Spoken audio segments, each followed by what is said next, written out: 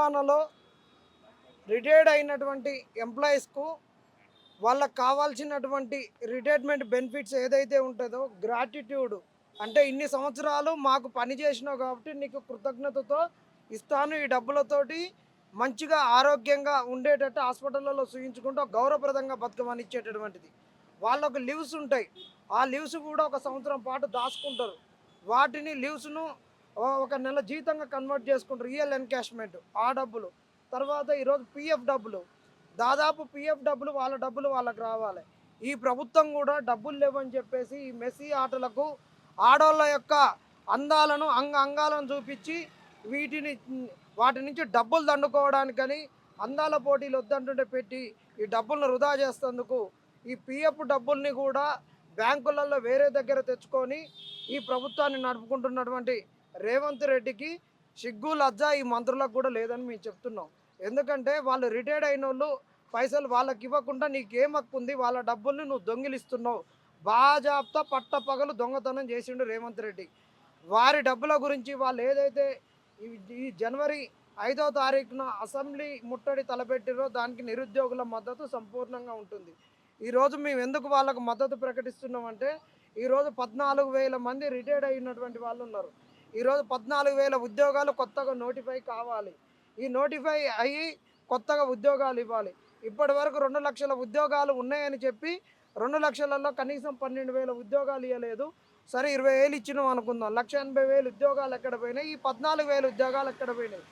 ఇంకొకటి ఏంటంటే ఈ రేవంత్ రెడ్డి దగ్గర దుబారా ఖర్చులు చేయడానికి, తర్వాత ఈ కాంగ్రెస్ వాళ్ళు దోసుకోవడానికి వీళ్ళు బరితెగించి వీళ్ళు డబ్బుల సంపాదన మీద పడ్డారు తప్పితే ఉద్యోగ కల్పనలో వీళ్లకు అవగాహన లేదు. ఇద్దామనే ఒక కృత నిశ్చయం లేదు.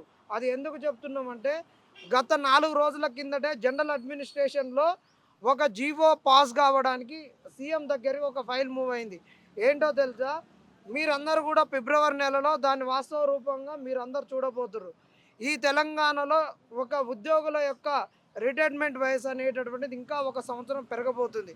ఎందుకు పెరగబోతుందంటే ఈ రిటైర్డ్ అయినటువంటి వాళ్లకు వాళ్ళ హోదాను బట్టి ఒక జూనియర్ అసిస్టెంట్ రిటైర్డ్ అయినా కానీ వాళ్లకు ఖచ్చితంగా 30 నుంచి 40 లక్షల వరకు ఈ ప్రభుత్వం ఇవ్వాలి.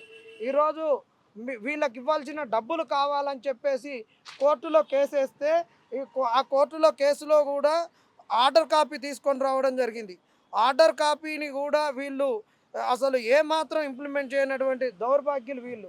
ఎందుకు ఇంకా నేను ఎవిడెన్సులు ప్రొడ్యూస్ చేస్తున్నా. ఈ రోజు నుండి 7th పే కమిషన్ అనేటువంటి టర్మ్ అయిపోయింది. వచ్చే జనవరి 1 నుంచి 8th పే కమిషన్ అనేటటువంటిది అమల్లోకి రాబోతుంది.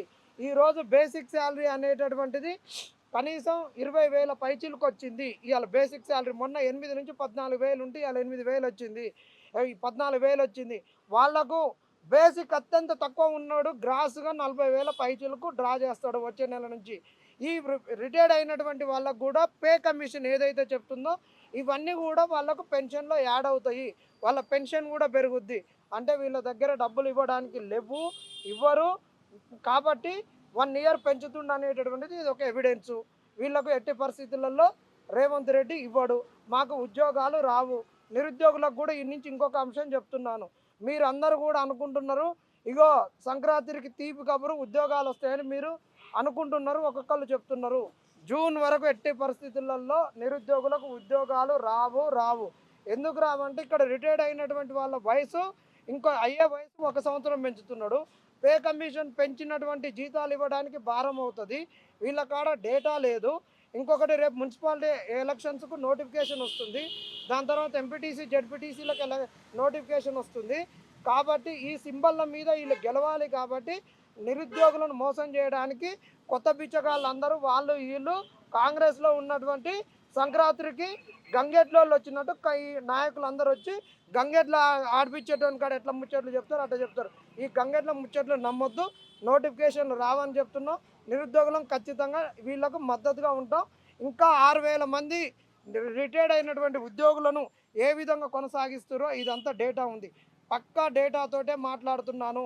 ఈ కింద పడ్డటువంటి కాపీలు కూడా అన్ని డేటానే. డేటా లేకుండా మాట్లాడట్లేను. కాబట్టి నిరుద్యోగులు మోసపోవద్దు. వాళ్ళకు అండగా ఉందాం. రేవంత్ రెడ్డి మెడలు ఉంచుదాం.